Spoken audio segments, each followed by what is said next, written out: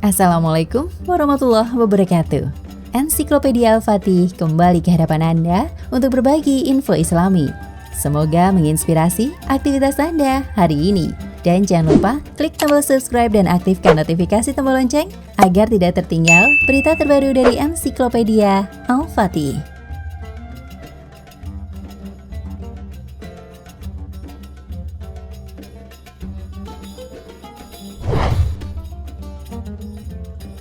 Ketika Adam diciptakan, Allah Subhanahu wa Ta'ala memerintahkan para malaikat dan juga iblis untuk bersujud kepadanya. Namun iblis menolak dan Allah Subhanahu wa Ta'ala mengecam perilakunya itu. Namun iblis tetap bertahan dalam ketidakpatuhannya dan terus melanjutkan kesalahan dan penyimpangannya. Kini kesombongan dan penentangan iblis terhadap Allah Subhanahu wa Ta'ala yang sebelumnya disembunyikan akhirnya terungkap di hadapan para malaikat. Dan segala sesuatunya menjadi jelas bagi mereka.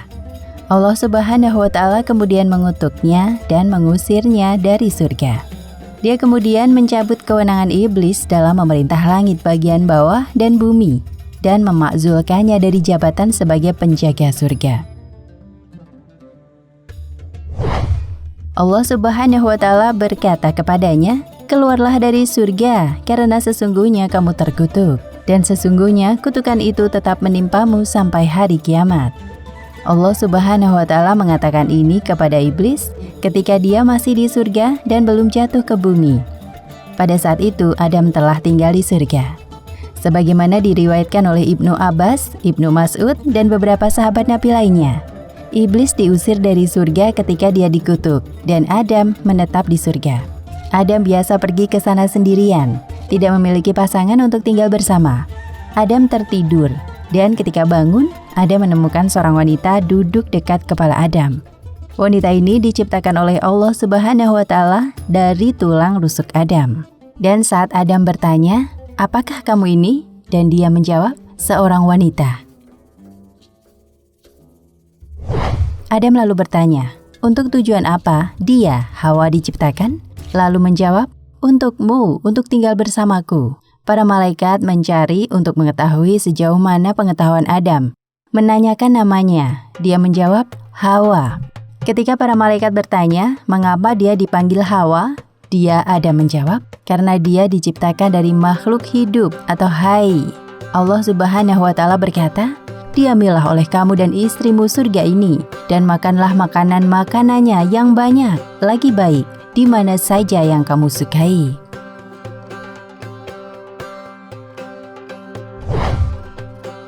Diriwayatkan oleh Ibnu Ishaq, ketika Allah Subhanahu wa Ta'ala telah selesai mengecam iblis, Allah Subhanahu wa Ta'ala pergi kepada Adam yang telah dia ajarkan semua nama dan berkata, "Adam, katakan nama-nama mereka, hingga engkaulah yang maha mengetahui lagi maha bijaksana."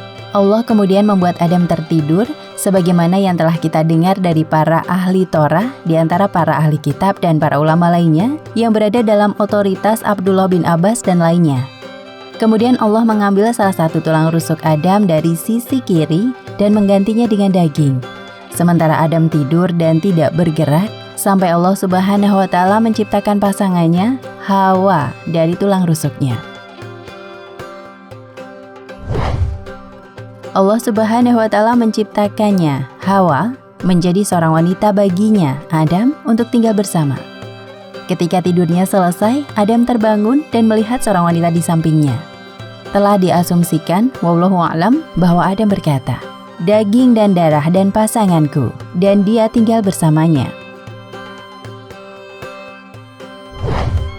Ketika Allah Subhanahu wa Ta'ala memberi Adam pasangan dan memberikannya baginya sebuah kenyamanan atau sakan dari dirinya sendiri, Allah berkata kepada Adam dengan tatap muka, "Hai Adam, diamilah oleh kamu dan istrimu surga ini.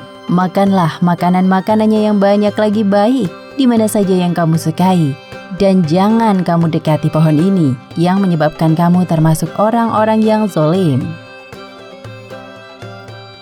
Mujahid bin Jabir dalam menafsirkan firman Allah Subhanahu wa Ta'ala, "Dan daripadanya Allah menciptakan istrinya," berkata, Hawa berasal dari tulang rusuk terendah Adam, Kusyaira, ketika dia tertidur.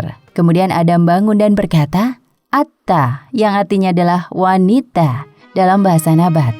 Mujahid bin Jabir dan Qatadah bin An-Nu'man dalam kesempatan lainnya masih menafsirkan ayat yang sama, berkata bahwa Adam diciptakan dari salah satu tulang rusuk Adam.